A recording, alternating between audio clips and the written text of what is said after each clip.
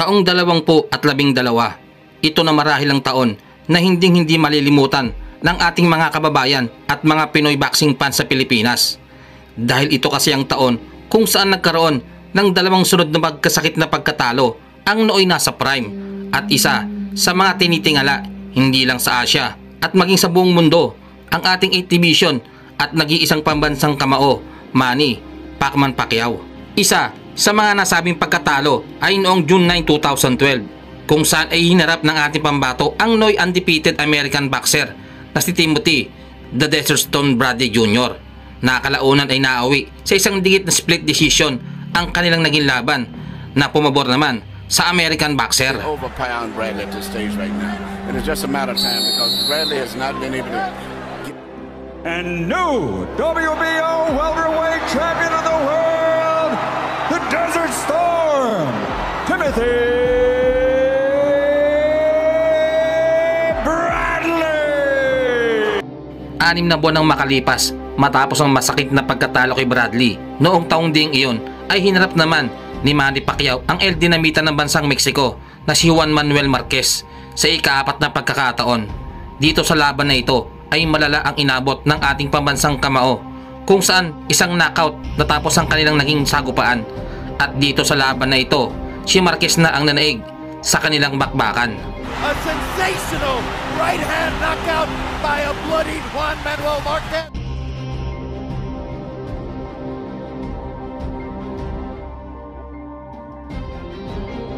Knockout by a bloodied Juan Manuel Marquez. And we have to ask, will Manny Pacquiao ever be seen in the ring again? At sa pagkatalong ito ni Manny Pacquiao kay Marquez ay marami ang nag-iisip at ang iba naman ay sinasabing marahil ito na ang pagtatapos ng karera ng ating pambansang kamao Manny Pacquiao. Dahil kung iisipin, noong mga panahong ito ay may edad na itong 33 years old na halos malapit nang matapos ang kanyang prime.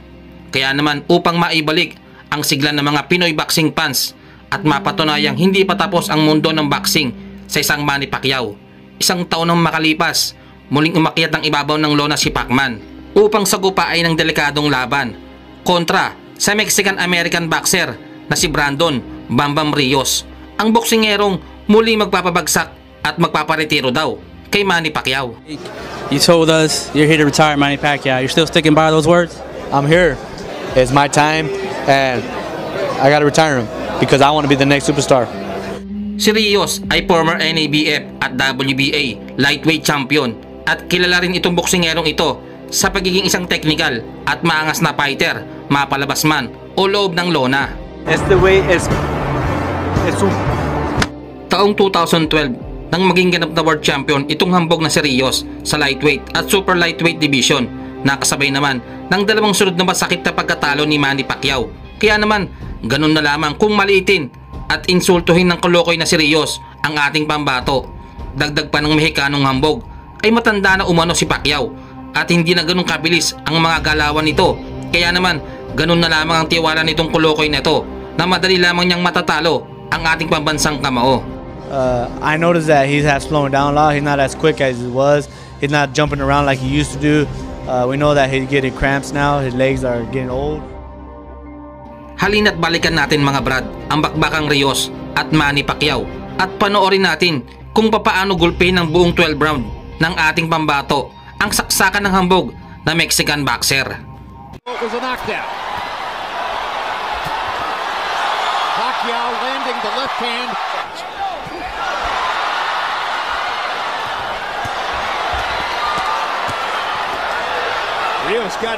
Rios is the larger man.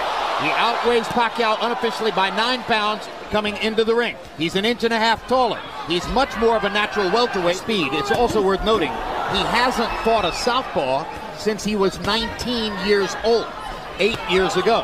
But he's doing that, you know, he's doing some traditionally take a few rounds to get going, and Rios is a pressure fighter. Not only that, after a few rounds, when Pacquiao slows down a little bit, the speed becomes Pacquiao very bad to the body in that fight. And Rios is more skillful, I think, than Mark. Freddie Rhodes insisted that the 12-week training camp in the Philippines was Manny's best. Pacquiao's doing some body work there with the right hand, setting up those shots upstairs. There have been some tremendous years, despite the painful distraction of the tsunami which hit while Pacquiao. So why is he standing right in front of Brandon? I don't know. Well, maybe because Freddie Roach told him he needs an early knockout, and he wants to get an early knockout. Well, last time. A hush just came over the crowd. Maybe they understand that Rios isn't going to go away so easily. Little by little, and remains dangerous, at least looking. Now Pacquiao's moving more, Roy Jones. No longer seems quite as interested in standing in front of Brandon Rios. That's the kind of move you want to see right there. Punch and get around Rios. That right there. As was the case in the first round. Yeah, but he's not moving like I want to see him move, Joe. Like right there, he's still staying too close. Eventually, Pacquiao almost got trapped in a corner. That's Rios' office. That's where he can go to. When Miguel Cotto fought Shane Mosley, he used his jab to neutralize Shane Mosley's speed. Rios starting a couple of good work. That's where he does his business. Good hook by Rios.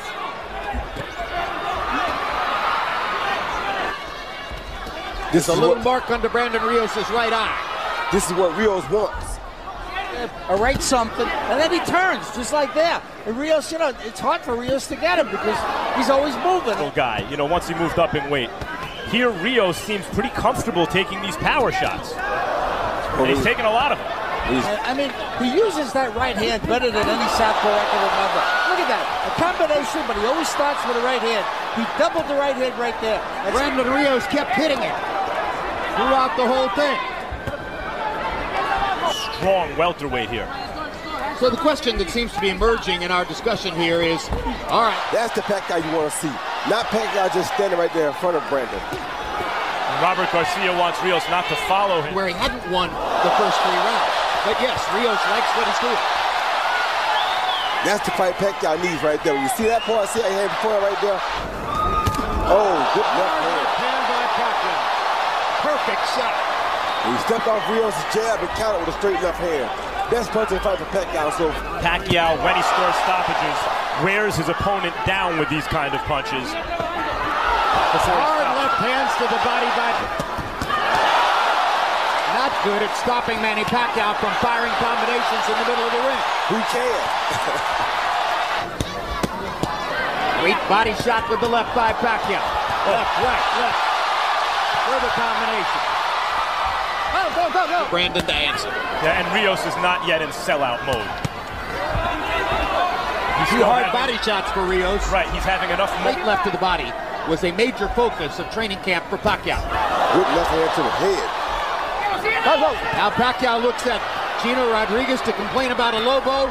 Rodriguez does nothing. Moments like that where he doesn't feel as though he needs to sell out his game plan yet. Good body shot by Pacquiao. And Rios lands to the body. Pacquiao answers to the body. Brandon Rios whacks him upside the head. Answer, Manny, you're going to have to protect yourself against the body. But the low blow, Pacquiao that time stayed in there to fire the 4th and 5th punch in the combination. Oh. Pacquiao clearly the stronger. Blows. Gino Rodriguez has not moved his protection yet. Oh, that hurt Brandon Rios, I think.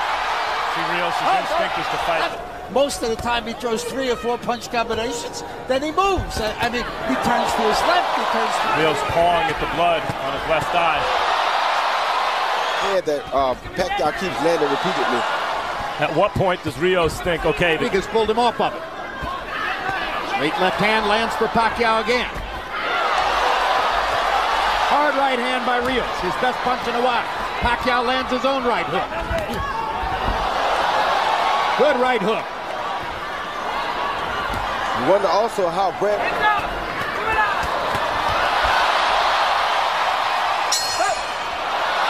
Rather than taking long rest periods as he had against Tim Bradley, for example. Exactly.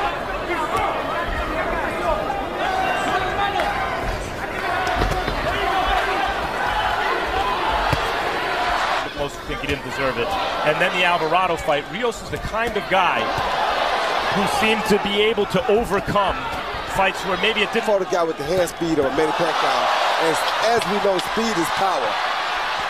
He may never have fought in the last couple of rounds, the way Martinez Risked, tried for a knockout, and gave Chavez Jr. the chance to win.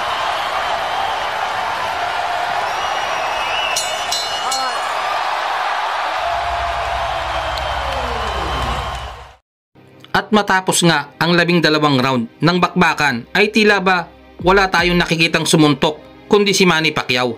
Buong round ay sinalo ni Rios ang lahat ng mga suntok ng ating kababayan na malayong malayo sa mga sinasabi nito bago ang kanilang laban.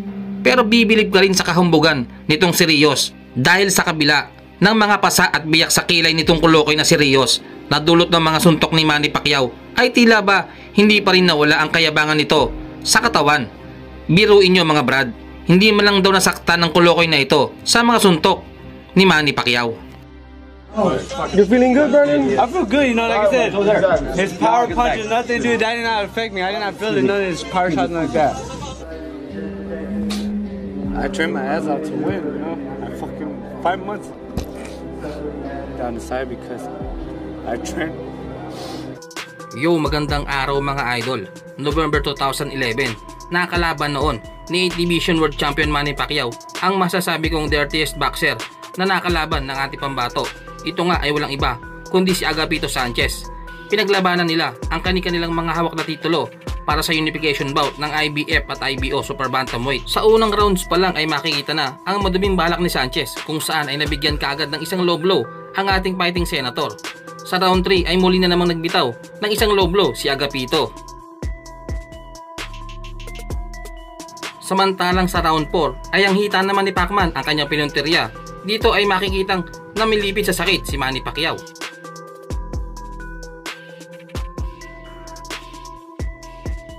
Bagamat puro pandaraya ang ginawa ng taga-Dominican Republic boxer, ay nauwi pa rin sa isang tabla ang kanilang naging laban. It is a three-way split. The bout is officially declared a draw. Pero alam nyo ba mga idol, na bago pa man harapin ni Manny Pacquiao itong dirtiest boxer na si Agapito Sanchez, ay nauna niya pa munang harapin ang isa pang masasabing dirtiest boxer na nakalaban ni Pacman. October 2000 naglaban si Manny Pacquiao at ang undefeated Australian boxer na si Nadal Hossein. Didepensa ni Manny Pacquiao ang kanyang titulong hawak na WBC International Super Bantamweight belt. Isang mahusay at masasabing may kalakasan din sumuntok ang makakalaban ng ating pambato. Sa katunayan sa 19 na laban nito, 11 dito ay galing sa knockout at hindi pa natatalo. Pero kung kay Agapito Sanchez ay puro low blow ang inabot ng ating pambato, dito naman kay Hossein ay puro naman paniniko sa muka ang inabot ni Pacquiao. Ginanap ang kanilang laban sa Inares Sports Center sa Antipolo City. Ito ang ikatlong beses na pagdepensa ni Pacquiao sa kanyang titulo. Halina't muli natin balikan ang classic Manny Pacquiao fights at kung papaano nalampasan ni Pacman ang kalabang nagpabagsak sa kanya sa round 4 at ang kalabang ubod ng daya. Yes, ang wingspan ni Manny Pacquiao less than 66 inches. Pacquiao now trying to move inside. So, nabubukas naman ang depensa ni Manny Pacquiao. Tawan, umaatake ito si Manny Pacquiao. Hindi pa gumaganto ito si Nadal Hossein. And the crowd is in an uproar. Tinitira niya sa tagiliran. Ito naman si Hossein. Paisa-isa eh. Yung mga kanti dito si Nadal. Sa mga unang rounds ay kita ang gigil ni Manny Pacquiao na para bang gusto niyang tapusin si Nadal sa isang impresibong knockout. Panay ang bato ng malalakas na suntok ni Pacman at makikita sa mga reaksyon at sigawan ng mga tao na nag-i-enjoy sila sa kanilang laban na nakikita.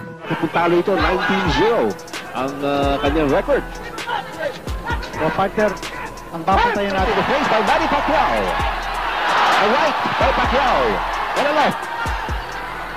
Medyo mabagal yata reaction. Ooh, a right by Hossein to the face of Manny Pacquiao. Ito si Manny Pacquiao. Looking upstairs, looking downstairs. Mabibigat din ang mga suntok ni Nadal Hossein. And you notice, he always likes to put combinations together. So, yung mga suntok na yun ni Manny Pacquiao. Bagamat nakakublo itong si Hossein. Ayan, pinipapag po ni Manny Pacquiao ang mukha. Sabi sa atin ni Jeff Fennig, even if you use an axe to drop Nadal Hossein, titindig yan. Sabi niya, he's used to hard punishment. Dito si Nadal Hossein, dito pa lang sa round number 1. Manny Pacquiao going all out here in round number 1. Pero partner, Tuloy-tuloy pa rin sa pag-atake si Manny Pacquiao. Good left, however, there by Nadel Hussein to keep him at bay. 10 seconds in the first round. Tuloy po yan. Okay, yan po ang bell. Gusto magalit yung laban na ito. Alright.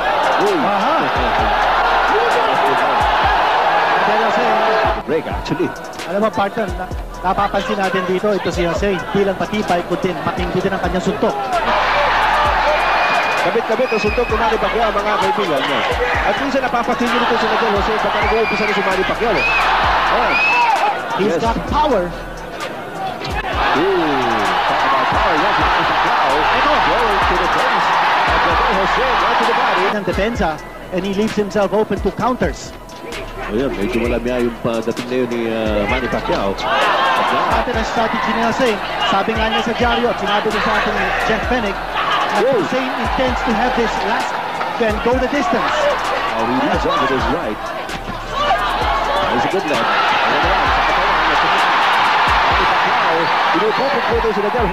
Manny Pacquiao leading off with his right. Good right to the head by Manny.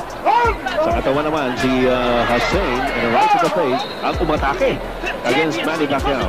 Going into the third round, no knockdown so far. Yan ang may bahay ni Manny Pacquiao, who is... Nakita natin talaga lumusot yun. Ayun, lumusot yun. Right and left. And again, nagpa-backtrack ito si Nadel Jose. Kung nakikita niya umatake si Manny Pacquiao, he just covers up. That was the... Left yun. Uppercut by Manny Pacquiao. Tumama yun. Pero nandiyan pa rin si Nadel Hussein. Hussein, dapat mag-iingat ito si Manny Pacquiao. Marami pinapakitang irregular. Good combination by Manny Pacquiao. Another right. Alam niya si Manny Pacquiao in his last 3 fights, naka-average lang siya about 2.5 rounds each. Tinatapos na yung regular ng WBC. Nawala sa kanya dito sa Thailand. Nawala sa kanya actually even before he went up the ring. Subalit pagdating ng round 4 ay hindi inaasahan na matatama ng isang solidong kaliwa si Manny Pacquiao. Dahilan upang bumagsak ito at makikitang nahilo talaga ng gusto si Pacman dahil sa patamang natamo sa kalaban. By Nadel saying that caught Manny Pacquiao unawares. He was given the 8 count. Malakas left straight. Left na dito si Manny.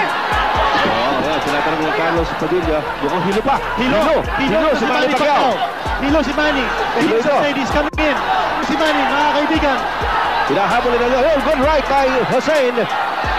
Hilo pa rin si Manny Pacquiao. Dapat tumawak muna si Manny. Maaga po sa round number 4. Umaatras si Manny Pacquiao. Pinupo po yun. Hussein is coming in for the kill. Delikado. Wrestling siya itong si Nadel Hussein. At sila gamitin ng siko.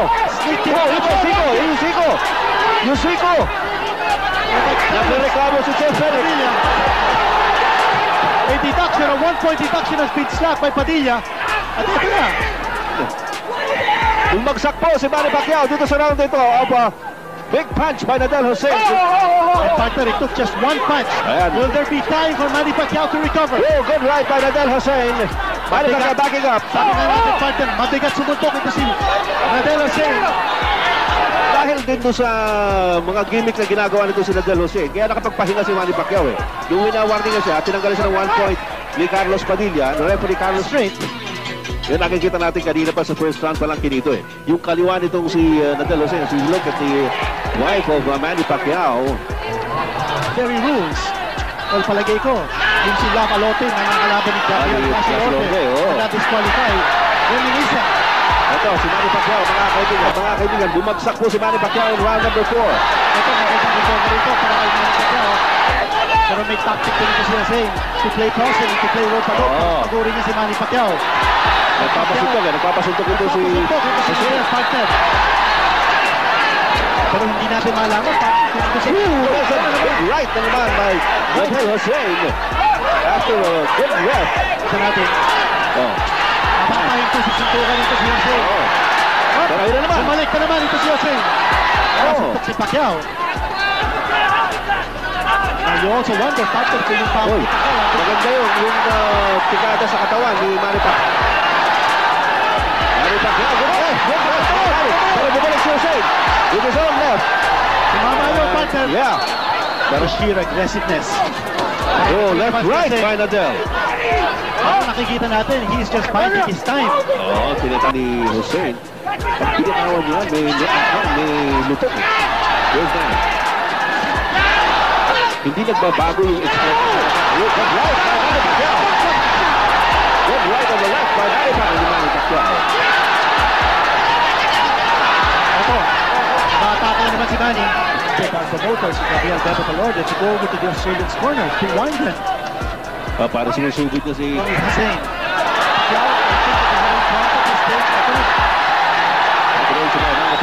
Uy, ano naman yung siko? Yung siko na naman yun! Never have I seen a fighter as dirty as Nadal Hussein. And so blatantly, Alex ating kaibigan si Gavin Evans, who's an English writer, he did describe Hussein as awkward and dirty. And that was an apt description indeed. Hussein looks like he's in Queer Street ngayon, partner. in the corner. I don't know what that meant. Ito na naman. Gumamit na naman ng siko. Oo. Manny Pacquiao. Humahawak sa lubid si Manny Pacquiao. Uy! Very aggressive. Lakas doon. Very aggressive ngayon ito si Hussein. Ngayon, umatake si Hussein. You see it in his eyes, partner, no? Bagamat nakikita natin, marumi talaga ito si Nadal Hussein. Matibay rin talaga at saka malakas malugtok. Lapit na. Nasa katawan naman ngayon. And again, nakita na naman yung siko natin. Oo. Yung siko ni Hussein. Itong Hussein. Kanina, tinuwagan siya. Binigyan siya 1 point in the 4th round, no, for a wayward elbow. Sa the 8th round, medyo nayanig doon. But a good right by Hussein. Ito, nagpapalitan yung dalawa. Ito, may dugo. Side position, bakit kaya? Ayun, yun. Tatawagin na ni referee Padilla yung... Maganda daw yung sugat. Ayaw. Sabi, hindi na raw pwede. Tinigil. Tinigil na. Tinigil. Tinigil na yung laban. Nagreklamo si Fennec. Manny Pacquiao has won by a tactical knockout and Jeff Fennec is livid, partner. At pati si Nadal Jose, nagre-reklamo yung kampo ni Jose, nagre-reklamo at meron pa rin bumabato rito. Nakikipag-away si Jose. Nakikipag-away doon. Hindi pa tapos ito boxing, mga kaibigan. Hussein has lost. Pagdating sa round 10 ay inihinto na ang laban dahil sa malaking bitak sa kilay ni Hussein. Nanalo si Manny Pacquiao via technical knockout sa round 10. Subalit hindi nga ito nagustuhan ng challenger dahil nais pa nitong lumaban. Dumating pa nga sa punto na inaaway na nito ang mga tao sa loob ng ring. Pagpapakita lang na hindi niya nagustuhan ang naging laban niya sa Pilipinas. Well, marahil ay hindi niya siguro matanggap ang una niyang pagkatalo sa kamay ng isang Pinoy.